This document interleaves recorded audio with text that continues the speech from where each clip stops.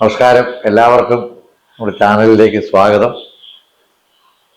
നമ്മൾ ഈ ചാനലിൽ നേരത്തെ സൂചിപ്പിച്ച പോലെ എൻ്റെ ജീവിതത്തിൽ ഞാൻ കണ്ടുമുട്ടിയ ഒരുപാട് വ്യക്തികൾ, എൻ്റെ ചില അനുഭവങ്ങൾ, ജീവിതത്തിൽ പറ്റിയ ചില തമാശകൾ, ചില മണ്ടത്തരങ്ങൾ, ഇതൊക്കെയാണ് ഞാൻ പ്രധാനമായിട്ടും നിങ്ങളുമായിട്ട് പങ്കുവെക്കാൻ ആഗ്രഹിക്കുന്നത്. ഈ കഥകളൊക്കെ ഞാൻ പലരോടും സ്വകാര്യ യാത്രകളിൽ സംഭാഷണങ്ങളിലൊക്കെ പറഞ്ഞിട്ടുണ്ട്. അപ്പോൾ എല്ലാവരും പറയുമായിരുന്നു, ഇതൊരു ചാനലിൽ കൂടെ പറ, ഒരു യൂട്യൂബ് ചാനൽ തുടങ്ങാൻ പറഞ്ഞു. അങ്ങനെയാണ് ഞാൻ ഓർത്തത്. ചില അനുഭവങ്ങൾ ഒരുപക്ഷെ അത് ഇഷ്ടപ്പെടുന്ന ആളുകൾ ആ രീതിക്ക് തന്നെ നന്നായി കാണുമെന്ന് ഞാൻ വിശ്വസിക്കുകയാണ്. അവിടെ എല്ലാം ജീവിതത്തിൽ ഇത്തരം ചില അനുഭവങ്ങളുണ്ട്. അനുഭവങ്ങളാണല്ലോ ഒരു വ്യക്തിയെ യഥാർത്ഥത്തിൽ രൂപപ്പെടുത്തുന്നതും അല്ലെങ്കിൽ ആ വ്യക്തിയെ പരിചയപ്പെടുത്തുന്നതും മനസ്സിലാക്കുന്നതൊക്കെ. അതുകൊണ്ട് എൻ്റെ ഈ ചാനലിലേക്ക് നിങ്ങൾ പ്രിയപ്പെട്ടവർ, നിങ്ങളും നിങ്ങളുടെ സുഹൃത്തുക്കളും ഒക്കെ ഈ ചാനലിൽ കടന്നു വന്ന് സബ്സ്ക്രൈബ് ചെയ്ത് ഈ ചാനലിനോടൊപ്പം സഹകരിക്കണമെന്ന് ആദ്യമായിട്ട് അഭ്യർത്ഥിക്കുകയാണ്. ഞാൻ എൻ്റെ കോളേജ് അധ്യാപക ജീവിതത്തിനിടയിൽ സംഭവിച്ച ഒരു രസകരമായ അനുഭവം, അത് ഞാനന്ന് നെന്മാറ NSS കോളേജിലെ അധ്യാപകനായി പ്രവർത്തിക്കുന്ന കാലം. ഇപ്പം നെന്മാറയിൽ നിന്ന് ഒരു ചിറ്റൂർ ബസ്സുണ്ട്. ചിറ്റൂർ ബസ് ഞങ്ങൾ വെള്ളിയാഴ്ചകളിൽ കോളേജ് കഴിയുമ്പോഴത്തേക്ക് ചിറ്റൂർ ബസ് കോളേജിൻ്റെ അവിടെ വരും. അവിടുന്ന് കോട്ടയത്തേക്കുള്ള ബസ്സാണ്. ഈ ചിറ്റൂർ ബസ്സിലെ യാത്രകളിൽ ഞങ്ങൾ ഈ പ്രദേശത്തുള്ള അധ്യാപക സുഹൃത്തുക്കൾ കുറേ പേരുണ്ട്. അവിടെ അന്ന് PG പഠിക്കുന്ന കുട്ടികളും ഒക്കെ തന്നെ ആ ബസ്സിൽ കാണും. അപ്പം അങ്ങനെ ഉള്ള യാത്രക്കിടയിൽ ഒരു സംഭവം ഞാൻ ഓർക്കുകയാണ്. ആ ഇടയ്ക്ക് ഞാനൊരു പുതിയ സൂട്ട് കേസ് വാങ്ങിച്ചു. ഒരു പുതിയ സൂട്ട് കേസാണ്. അപ്പം ഞാനത് ഉപയോഗിക്കാൻ തുടങ്ങിയതേ ഉള്ളൂ. ആ സമയത്ത് എൻ്റെ ക്ലാസ്സിലുള്ള ഒരു കുട്ടി, അവനെ ഈ പ്രദേശത്ത് നിന്ന് വർഷങ്ങൾക്ക് മുമ്പ് കുടിയേറിപ്പോയ ഒരു കുടുംബത്തിൽപ്പെട്ടതാണ്. ഞാനുമായിട്ട് ആ ഒരു കോട്ടയംകാരൻ എന്നുള്ള ഒരു ആത്മബന്ധം പ്രത്യേകിച്ചുണ്ട്.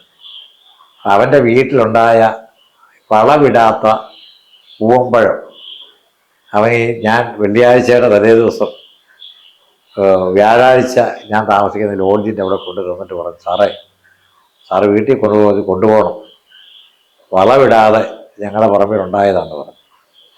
സത്യത പോകുമ്പോഴും അവിടെ ഞാൻ കഴിച്ച് തീർത്താൽ മതിയായിരുന്നു. ഇവനിങ്ങനെ പറഞ്ഞപ്പോൾ ഞാൻ ഒന്നായിട്ട് കൊണ്ടുപോകാമോ. അപ്പം രാവിലെ പെട്ടി ഒക്കെ എടുത്താണ് ഞങ്ങൾ കോളേജിലോട്ട് പോകുന്നത്. കോളേജിൽ വന്നിട്ട് നേരെ ബസ് കയറി നേരെ കോട്ടയത്തിന് പോരുകയാണ്. വെള്ളിയാഴ്ചകളിലെ സ്ഥിരം ഞങ്ങളുടെ റൂട്ട് അങ്ങനെ. കോളേജിൽ വന്ന് വൈകുന്നേരം ഇതെല്ലാം അടുക്കി, ഈ പൂമ്പഴമെല്ലാം പടലയാക്കി നന്നായിട്ട് പാക്ക് ചെയ്ത് ഞാനിത് കോളേജിൽ കൊണ്ടുവച്ചു. യാത്ര ഞങ്ങളെല്ലാവരും കൂടെ പോരുകയാണ്.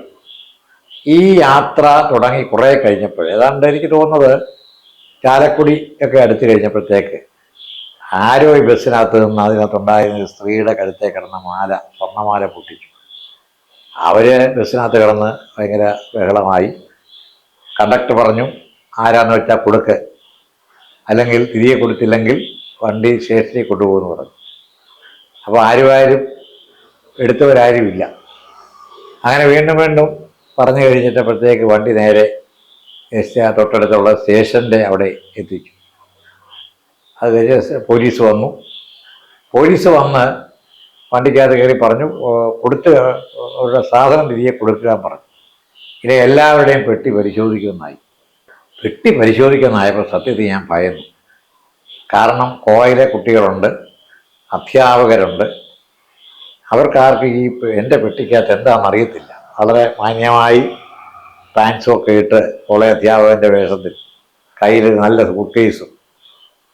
ഇത് തുറന്നാൽ അപകടമാണ്. അപ്പോൾ ഓരോരുത്തരുടെയും ബാഗ് പരിശോധന ആരംഭിച്ചപ്പോൾ എൻ്റെ മനസ്സിൽ സത്യത്തിൽ ടെൻഷനായി. ഇതെങ്ങനെ പറഞ്ഞ് പഠിപ്പിക്കും? ഞാനത് സഹികെട്ട് SIയോട് ഞാനെന്ന് പറഞ്ഞു, കോളേജ് അധ്യാപകനാണ്, ഇന്ന കോളേജിലെ അധ്യാപകനാണ്, എൻ്റെ പെട്ടി തുറക്കരുത് എൻ്റെ പറ്റി തുറക്കരുതെന്ന് പറഞ്ഞപ്പോൾ സ്വാഭാവികമായിട്ട് അദ്ദേഹം ഞാൻ ഇതിനകത്ത് കള്ളനാണ് എന്നുള്ള രീതിയിൽ എന്നെ സൂക്ഷിച്ചു നോക്കി. ഞാൻ ഗത്യന്തരമില്ലാതെ ഞാൻ പറഞ്ഞു അതിനകത്ത് പൂവമ്പഴമാണ്, മറ്റൊന്നുമല്ല. പക്ഷേ അത് തുറന്നാൽ എൻ്റെ സുഹൃത്തുക്കളായ അധ്യാപകർ കാണും, എൻ്റെ കോളേജിലെ വിദ്യാർത്ഥികൾ ഈ വണ്ടിക്കകത്തുണ്ട്.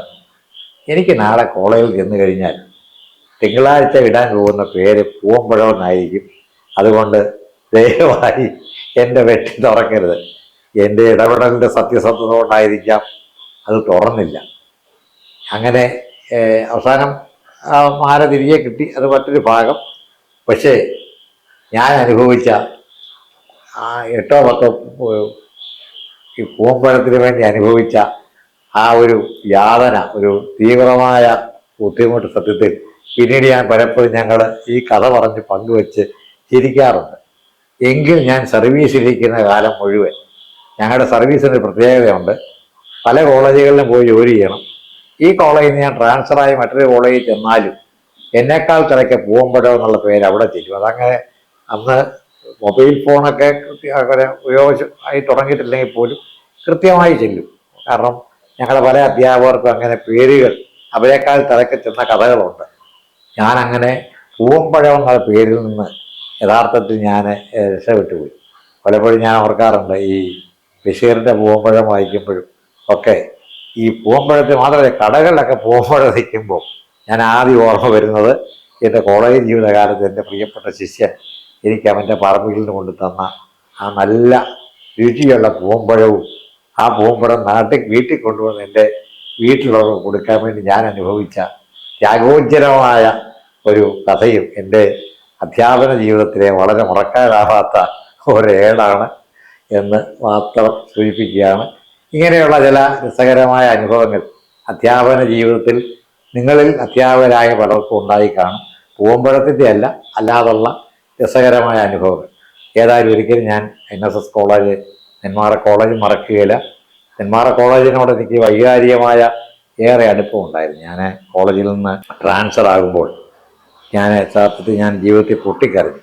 അത്ര വൈകാരികമായ ബന്ധം എനിക്ക് അവിടുത്തെ കോളേജുമായിട്ടും ആ കുട്ടികളൊക്കെ ആയിട്ടുണ്ടായിരുന്നു. അതുപോലെ സ്നേഹിക്കുന്ന ആളുകളായിരുന്നു അവിടുത്തെ. ഞാൻ ഇപ്പോഴും ഓർക്കും. ഇപ്പോഴും എന്നെ വിളിക്കാറുണ്ട്. പൂവമ്പഴം ഇനി എപ്പോഴേലും ചെല്ലുമ്പോൾ കിട്ടിയാൽ ഞാൻ വീണ്ടും പഴയ പോലെ തന്നെ സൂട്ട്കേസ് വെച്ചുകൊണ്ട് ആ പൂവമ്പഴവുമായി അതൊരു യാത്ര ചെയ്യും. പക്ഷെ ഒരു പ്രാർത്ഥന മാത്രമേ ഉള്ളൂ, ഞാൻ കയറുന്ന ബസ്സിലെ ആരുടെയും മാല ഒരു കള്ളൻ വന്ന് പൊട്ടിച്ചുകൊണ്ട് പോകരുതേ എന്നുള്ള പ്രാർത്ഥന മാത്രമേ ഉള്ളൂ. കാരണം അല്ലെങ്കിൽ കേരളത്തിൻ്റെ മുൻ ചീഫ് വിപ്പ് പൂവമ്പഴവുമായി അദ്ദേഹത്തെ പോലീസ് പിടിക്കുമെന്നുള്ള രസകരമായ വാർത്തയ്ക്ക് ഇന്നത്തെ കാലത്ത് പ്രത്യേകിച്ച് സോഷ്യൽ മീഡിയയുടെ കാലമാണ്, എല്ലാ സ്കോപ്പും ഉണ്ട്. അതുകൊണ്ട് ആ ഒരു പ്രാർത്ഥനയേ ഉള്ളൂ. എങ്കിലും എനിക്ക് പൂവമ്പഴം ഏറെ ഇഷ്ടമാണ്. ആ കുട്ടി തന്ന, എൻ്റെ പ്രിയപ്പെട്ടവൻ തന്ന പൂവമ്പഴത്തെ ഞാൻ ഇന്നും ഒരുപാട് സ്നേഹിക്കുന്നു. ഈ കഥയെയും